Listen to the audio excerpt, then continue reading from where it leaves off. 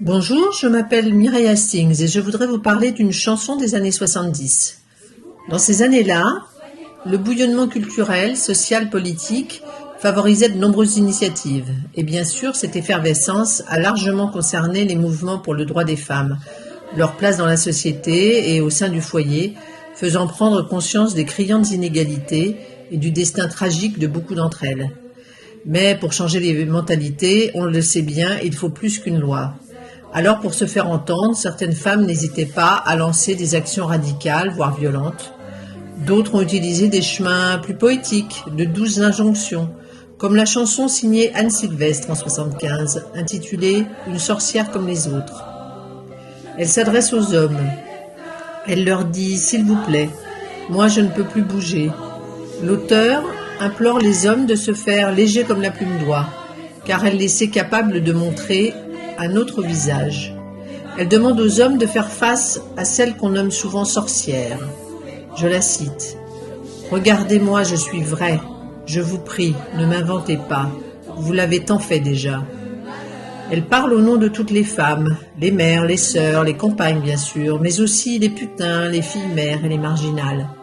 Les hommes les accusent d'être bourrés de diaboliques intentions.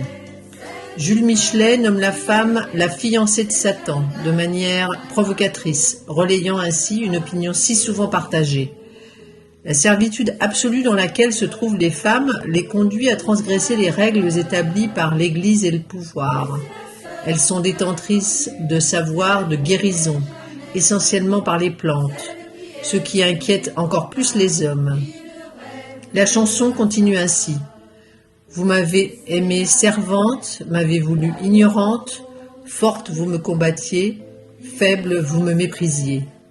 Et détentrice d'un savoir directement en prise avec les éléments, l'eau, la terre, le feu, l'air. Je cite encore. Mais un jour la terre s'ouvre et le volcan n'en veut plus.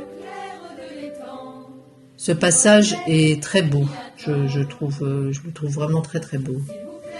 Le concept de la femme sorcière fut repris au début du XXe siècle par la chorégraphe Mary Wigman, qui crée le premier solo par et pour une femme, une intense danse de la sorcière, tandis que l'artiste Léonore Fini en utilise l'image dans de nombreux dessins.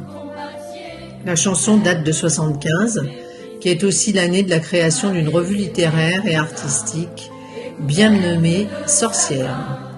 Anne Sylvestre en appelle subtilement à la raison des hommes et leur demande de cesser toute violence irrationnelle envers les femmes. Elle se veut sorcière, épuisée par le combat, mais pacifique et ouverte au dialogue. Mais attention, pacifique mais ferme. Le sol se rompant découvre des richesses inconnues. La mer à son tour divague de violences inemployées, continue la chanson. Voilà une chanson écrite il y a plus de 45 ans où l'on se rend compte qu'il reste beaucoup à faire, pas seulement dans la marche vers l'égalité, mais surtout dans la prise de conscience que chacun peut trouver sa place sans que l'autre moitié de l'humanité se sente menacée. En ces temps obscurs qui semblent de nouveau envahir nos sociétés, le ton poétique, ferme mais sans haine me paraît un bon exemple à suivre. Qu'en pensez-vous ?